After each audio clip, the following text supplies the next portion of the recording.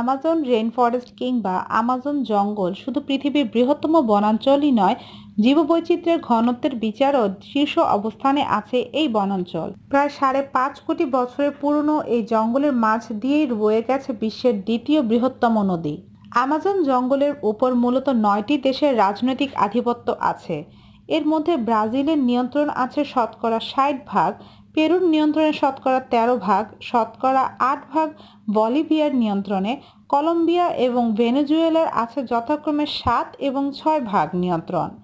অন্যদিকে গায়ানার নিয়ন্ত্রণে আছে শতকরা 3%-এর কিছু বেশি এলাকা। সুরিনিয়ামের নিয়ন্ত্রণে রয়েছে শতকরা 2.5%, ফ্রেঞ্চ গায়ানা এবং ইকুয়েডরের রয়েছে যথাক্রমে শতকরা 11.1 এবং 4% নিয়ন্ত্রণ। বিশ্বের বৃহত্তম প্রান্তীয় জঙ্গলের বুক চিরে বয়ে চলেছে বিশ্বের দ্বিতীয় বৃহত্তম অ্যামাজন নদী। প্রতিদিন পৃথিবীর মোট 20% অক্সিজেন উৎপন্ন হয় আমাজনের বিস্তীর্ণ গাছপালার জগৎ থেকে। তাই আমাজন ফরেস্টকে পৃথিবীর ফুসফুস নামেও ডাকা হয়। তবে আসলে এই তথ্য সঠিক নয়। প্রতিদিন আমরা বেঁচে থাকার জন্য বেশিরভাগ অক্সিজেন পাই পৃথিবীর সব সাগর মহাসাগরের মাইক্রো অর্গানিজম থেকে। অ্যামাজন রেইন ফরেস্ট মোট 2.1 মিলিয়ন বর্গমাইল এলাকা জুড়ে বিস্তৃত। যদি এই রেইন ফরেস্টটি একটি দেশ হতো তাহলে বিশালতার দিক থেকে বিশ্বের 9ম বড় দেশ হতো।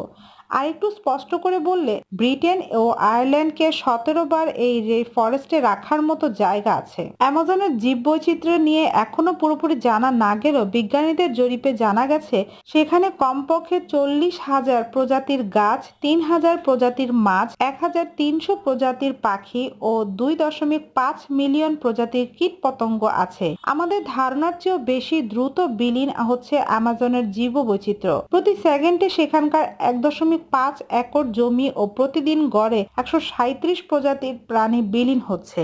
বিজ্ঞানীরা বলছেন অ্যামাজনে অন্তত 50টি গোত্রের 21 মিলিয়ন মানুষ বসবাস করছে। আধুনিক সভ্যতার সঙ্গে এদের কোনো যোগাযোগ নেই। অ্যামাজন জঙ্গল অন্ধকারাচ্ছন্ন, ঘন গাছপালা ও পাতায় আবৃত থাকায় সূর্যের আলোর মাত্র 1% পৌঁছায় সেখানে। এছাড়া বৃষ্টির পানি জঙ্গলের মাটি পর্যন্ত পৌঁছাতে কত সময় নেয় জানেন? 10 মিনিট। বিশ্বের সবচেয়ে বড় নদী হিসেবে নীল নদকে ধরা হলেও কয়েকজন বিজ্ঞানী জটিল এক জরিপের মাধ্যমে প্রমাণ করেছেন অ্যামাজনের ভিতর দিয়ে প্রবাহিত আমাজন নদীটি বিশ্বের সবচেয়ে বড় নদী। এর দৈর্ঘ্য 6,800 কিলোমিটার, যা নীল নদের চেয়ে 105 কিলোমিটার বড়। এছাড়া আয়তনের দিক থেকেও অ্যামাজন সবচেয়ে বড়। প্রতি সেকেন্ডে 55 মিলিয়ন গ্যালন পানি আটলান্টিক মহাসাগরে প্রবাহিত করে এই নদী।